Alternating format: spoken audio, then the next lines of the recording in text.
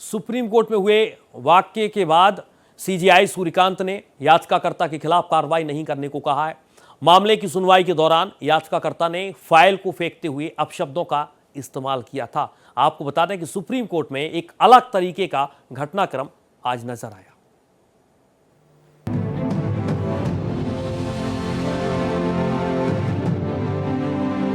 CJI Suryakant ने supreme court की bench के समक्ष कागज फेंकने और अपशब्द कहने वाले याचिकाकर्ता के खिलाफ कोई कदम नहीं उठाने का फैसला लिया है। जस्टिस केवी विश्वनाथन और जस्टिस आलोक आराधे की बेंच के समक्ष एक याचिकाकर्ता ने फाइल को फेंक दिया था और अपशब्दों का इस्तेमाल भी किया था, जिसके तत्काल बाद सुरक्षा कर्मियों ने उसे डिटेन कर लिया।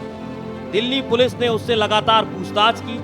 मामले की सुनवाई के दौरान याचिकाकर्ता ने अपनी बात कोर्ट के समक्ष रखनी शुरू करते हुए कहा कि मिस्टर जुडिशियल सर्वेंट, मैं आपको एसीपी लखनऊ के खिलाफ एफआईआर दर्ज करने का ऑर्डर देता हूं। उसके इस बर्ताव के बाद कोर्ट हैरान रह गया।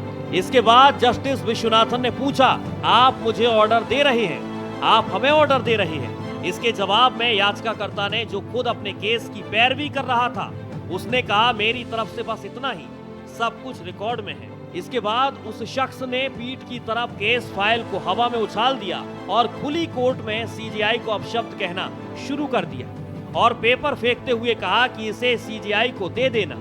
इसके तत्काल बाद मौके पर मौजूद सुरक्षा कर्मी हरकत में आ गए और उस व्यक्ति को कोर्ट से बाहर ले गए। ये कल की घटना जो थी बहुत शर्मनाक थी।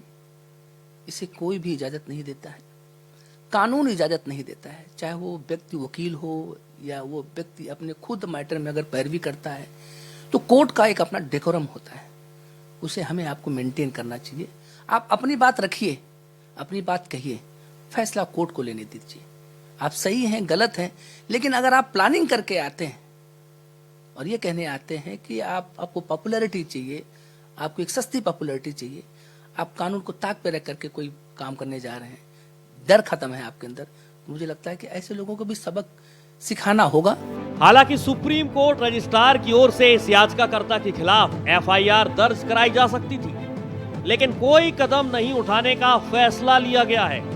सुप्रीम कोर्ट का यह मानना है कि सस्ती लोकप्रियता पाने के लिए भी ऐसी घटनाओं को अंजाम दिया जाता है और ऐसे कदम उठाए जाने से संबंधित व्यक्ति अपने मकसद में कामयाब हो जाएगा।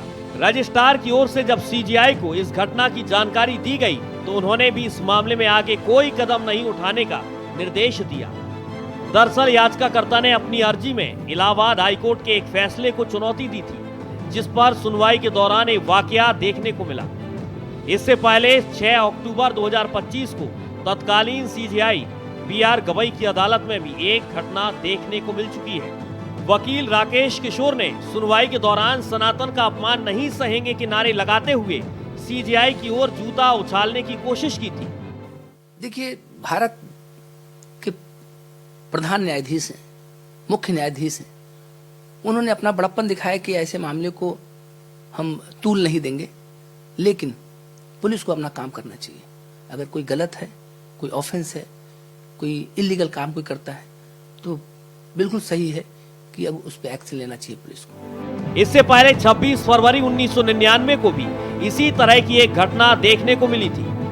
वकील नंदलाल बलवानी बिना किसी सूचीबद्ध मामले के कोर्ट 1 में सीजेआई एएस आनंद की अध्यक्षता वाली 3 सदस्यीय पीठ पर जूता फेंक दिया, जिसके बाद अदालत ने इसे घोर आपराधिक अवमानना का दोषी ठहराते हुए 4 महीने की साधारण कैद की सजा और 2000 रुपए की जुर्माने की सजा सुनाई गई। इसके अलावा कोर्ट ने वकालत करने पर आजीवन प्रतिबंध लगा दिया था।